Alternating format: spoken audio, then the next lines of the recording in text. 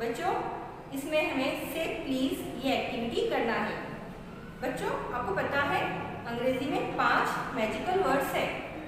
इन 5 magical words का इस्तेमाल करके आप अपनी बात आसानी से मनवा सकते हो और अपने काम भी करवा सकते हो।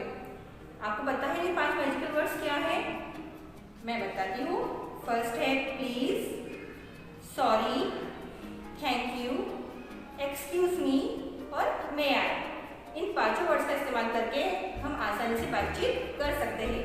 तो बच्चों आज हम लोग इसमें का फर्स्ट मैजिकल वर्ड्स प्लीज इसका इस्तेमाल करके फर्स्ट एक्टिविटी करेंगे। और बच्चों इस एक्टिविटी को करने से पहले आप मंदजा झेल राइम की वीडियो को गौर से देखिए और इसमें प्लीज कहाँ इस्तेमाल हो रहा है इस पर ध्यान दीजिए। वालिदैन हजरात अपने बच्चों को ये वीडियो गौर से दिखाइए और प्लीज हम लोग कहाँ इस्तेमाल कर सकते हैं ये उन्हें बताइए। शुक्रिया।